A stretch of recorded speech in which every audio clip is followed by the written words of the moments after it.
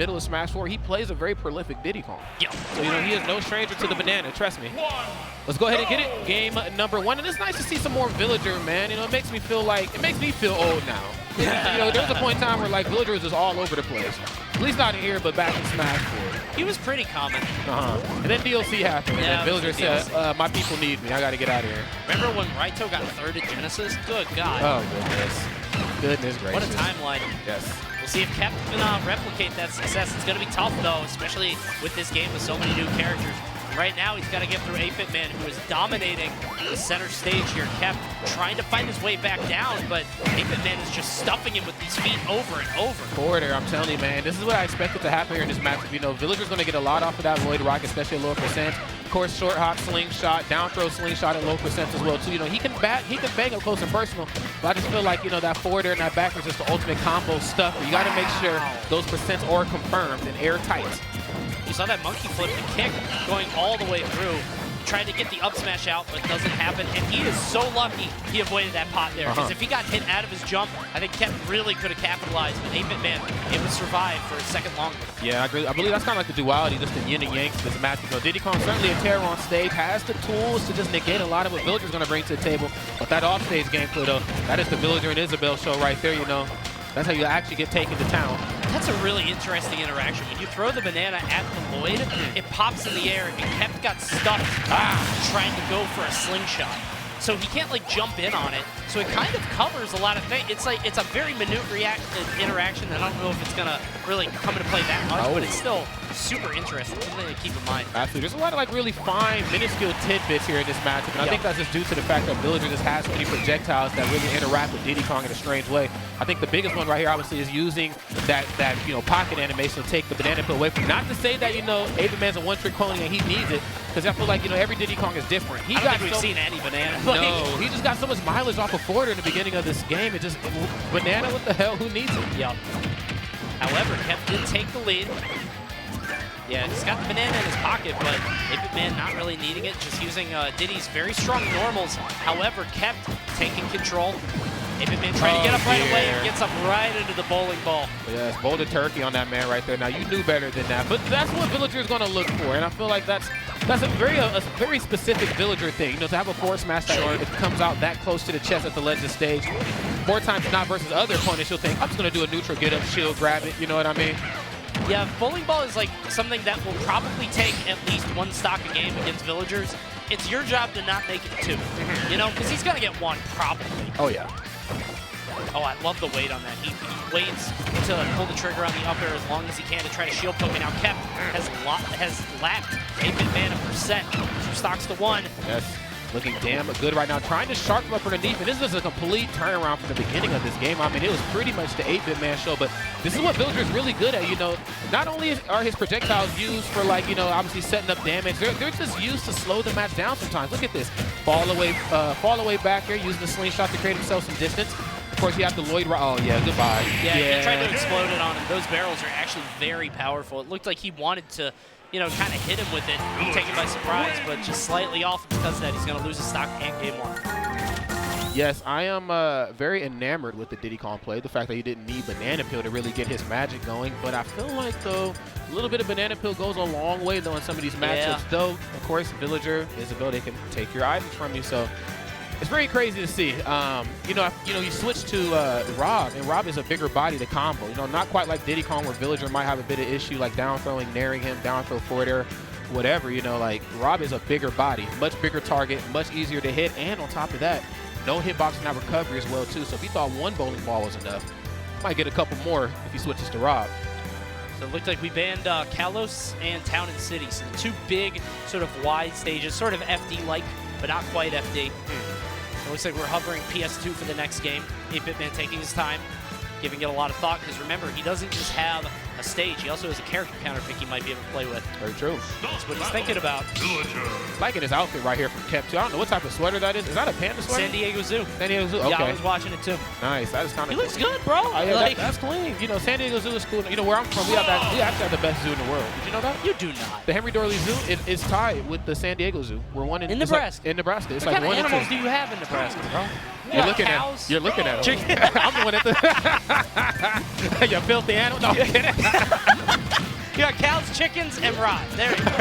Best in the world, That's baby. right. That's all you need. No, all jokes aside, though, we are like we go back and forth every year. It's like 1 and 2 every so often. We got the aquarium, bro. Baltimore. Do you really? Yeah, Baltimore Aquarium, baby. Man, I just I come out to your neck of the woods. I'm like horses. I love them. And then you guys got aquariums. Now I know when I come to Pound, I know what I'm going to do. We're going to hit the aquarium up. Catch some fishes. That's right. See if 8BitMan can catch his win against Kep. We switched on over to Rob. I do think this is the play. Okay. Diddy seemed very good. Obviously, very proficient with the character, but it's like against Villager, I don't know. Kep was ready for it. Yeah, he was very comfortable in the Diddy Kong matchup. Oh, and it seems to be even more comfortable, if not, more in the R.O.B matchup as well, too. I love the approach options, man. Just kept playing super solid, building up this wall, just kind of forcing 8BitMan to play his game. Oh, the spin to win. Yeah, and a few characters can go so low to totally mitigate that threat. Villager's one of them, just because the recovery is so sort of versatile. You can just go as low as you want and always find a way back. It can be scary for R.O.B to try to challenge down there, too. I agree. I've always been so enamored with the Villager mains. I'm not an Animal Crossing fan by any means necessary. I like my characters with, a hefty amount of projectiles like Villager, but I think that when you play a character like this, you play just so many different steps ahead of your opponent. You go for down throw, then he went for like the turnaround Lloyd Rocket, and then boom, slingshot. Like, it just seems like he always is covering himself after the previous interaction. It's a very strange thing to look at. And I say this because, I come from the land where, we had Skilliger back at home. I've seen a lot of Villager back in my day, so. I don't know if you've ever seen one like this, though, Kep. Yes. Get a name for himself. Oh, thank you. Grabbing the laser. He's going to hold on to that. So you'll get it back at the end of class. Confiscated. Yeah, that's right. No! Oh, you heard the bell ring. Here you go. Take it. Here you go. All it's yours. Like, do and better tomorrow. That was untechable, too. Yep. So, I don't know. He got a 0 for the day, and he got his stock set back to 0 on that. Kep just real. Oh, wow. Oh, yeah, he didn't get the spike on that. Okay. But he's going to take one of his own. That's right. Not bad. Again, a big target. Edge-guarding Villager, not the easiest task in the world to do. He's in that category of characters who can just kind of spend a lot of time off stage. And, I feel like, though, the fact that he has those balloons sometimes couldn't make the task at hand and spiking him that much easier, especially for a character like R.O.B. Yeah. Nice. Using the laser right there to kind of stuff out. Kept kind of staying in this Pokeball range here, just not going too far to the ledge, but getting just close enough where he can. Oh, wait a minute. Wait a minute. The late there into the side B. Excellent stuff by 8BitMan, who's having a little chuckle. He's having a giggle. He knows how dumb that was. He said that was very, very silly. That's a goofy character, bro. R.O.B is. Was that MJ in the crowd? I didn't quite see it. I know MJ's big R.O.B player, MDVA. Ah, gotcha. So I was wondering if that was him who was popping off. I only saw it for a second. So, but 8BitMan, some would say stealing that one away from Kep. Okay. Yeah, I mean, it was definitely the Kep show, and it definitely looked like 8BitMan was a reoccurring guest. He didn't really look like he was the main cast, but it looks like he's getting his own spinoff. No pun intended, right there, man. I mean, he really just actually spun the win on him. Got himself a season 3, game 3 right here. Let's see how it goes down, though. Of course, he is historically known for his R.O.B gameplay. Again, Diddy Kong wasn't bad by any means necessary, but now you can see interactions like this, and it makes you wonder, like, should he have just went R.O.B the first game? Probably.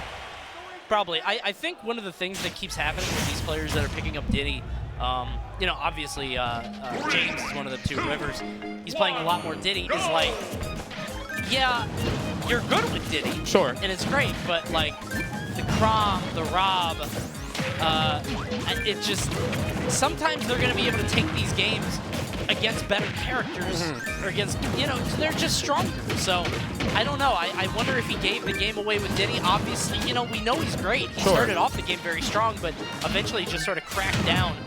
We'll see how this next one goes. Smashville, a little bit smaller, a little bit tinier, so Kep trying to get up close and personal. Yeah, I'm thinking I'm taking into consideration with Diddy Kong like the Diddy Kong fights really well in the neutral. We've seen it in our first game. Forwarder, whatever. He can really, like, just make you feel like you're being oppressed. Yeah. But, when it comes to KOing, like you talked about with Rivers, and I guess in 8BitMan's case, they're just better characters who might not bang as well in the neutral. They have a little bit of silliness to them, like R.O.B's side B, and they just kill a little bit easier, a little bit more efficiency on their behalf. So Yeah, Diddy doesn't have that goofiness. No. You know what I mean? Absolutely not anymore, which is actually strange to say. Oh, did he just try to? He tried. But the Matrix Reloaded, he really just tried to do that to him. Come on, man. Tried to take the shot a little bit too high, though. He's going to bounce off the stage. He is getting back. No bowling ball here. And we talked about it, man. He ate one bowling ball and hasn't done it again since. That's really what this comes down to. Yeah, absolutely. And we feel like 8BitMan is just on high alert about that, really watching how he recovers, you know, if not versus more people that he plays, especially here, where you go for something as simple as a neutral get him. Or sometimes, you know, you'll see the R.O.Bs kind of hang down at the bottom and just try to outweight you. There ain't no outweighting that bowling ball, good sir. Yeah, got a little unlucky with that pull. Got 3 turnips. It's going to be the killing blow. Goes for the rotor arm, and Kept is just not falling for it again and again. He's just slightly too low for it. 8BitMan can't get too antsy. We saw him go for the rotor arm, then he went for the down smash there. Might be a little bit too much in terms of throwing out haymakers. And there's the down air. Kept is just definitely moving around. Yes, and the Robo layer once more, putting on some pretty sizable percent, but as you can see right there, not looking to use that gyro any time soon. And I don't blame him right there. That's a pretty good chunk of R.O.B's meta. Again, not to say that 8BitMan needs or that he spams it by any means necessary. Just, you know, I feel like when he needs to use it, it should definitely come out, but you always have that sense of mind in the back of your head that he might take it from you. You'll be without a cool. Oh, we're not even going to do it. Yeah, we're just going to do that. Sure. Very good. Very good right there. Slow and steady is going to win the race. Sometimes less is more. He was doing a lot off stage. You know, just really swinging for the fences out there. You know, I think sometimes it's good to just kind of dial back and just keep the game more stationary towards the middle. Wondering if he, well, no. I was going to say, I wonder if he should set up for more ledge traps with gyro, but it's not difficult for Kept to just go for second jump and then pocket it. Oh, he really thought he was going to chop down the tree. He thought Kept was going to chop it down, and he tried to reverse it. Kept not letting it go until the rotor arm was finished. Because of that, Kept is now up a full stock. Yes, and at a pretty healthy percent, mind you. I mean, in the last game, you know, he was up a stock. The percent, you know, they spoke a little bit more in 8BitMan's favor just in terms of comeback potential. In this case right here, it is definitely the Kept show once more. Looking damn good right now. Sharking from up underneath. No down smash, but no punish that time either. Yeah, 8BitMan just cannot get a handle on this edge guard. And it's not easy, don't get me wrong. You're fighting Villager, but if you can't get the edge guard, I would say you got to stay on stage and just wait. You know, because not only are you giving up the edge guard, but you're also giving up stage going out there. Yes. Maybe just wait for him to try to recover and then punish him. R.O.B doesn't need to spend too much. Yeah, and I agree. You know, R.O.B really doesn't need to spend too much time off stage versus Villager. As sad as that is to say, you know, usually R.O.B can expose some pretty bad recoveries, or recoveries that you thought were good aren't quite as good sometimes versus R.O.B. But in this case here, though, Kept is like, actually, if you really want to go off stage, we can run that. Oh, Robo Lariat, nothing. Yeah, it's not going to connect, but doesn't matter. Doesn't get punished too much for it. 126 here, but yeah, 8BitMan is basically doubled in percent and down to stock. He's throwing out these down airs just in case, but like, the just in case isn't enough here. No, we'll need a little bit more than that. And he's getting so much mileage off of this nair as well, especially some of these up-close interactions where you think that the opponent's going to grab, like in Kep's case. Not the quickest grab in the world, so more times now he's going to go for nair out of shield and either just force himself off stage or force you off stage. Watch the axe. Oh, okay, big up smash, scoops him up from behind. That's 117. And I'm trying to think of stuff Villager kills with him. That's the #1 thing. Okay, oh. yeah. Out into the blast zone he goes. Where we going? Ah! Oh my! Ah! Okay, he's okay. Okay, trying to home alone it. Oh, no. Trying to Kevin McAllister. Right. What did he say? Oh, no. Oh, wow. Okay, I thought that might do it. Oh my God. Oh, my God. Okay, so close. Oh, my God. Okay, yes. I heard you like pot, homie. There you go. It's legal here. Yes, yeah, on Smashville? Yeah. All right, big nair. Hold on. Oh, yes. Close, though. You knew he wanted it.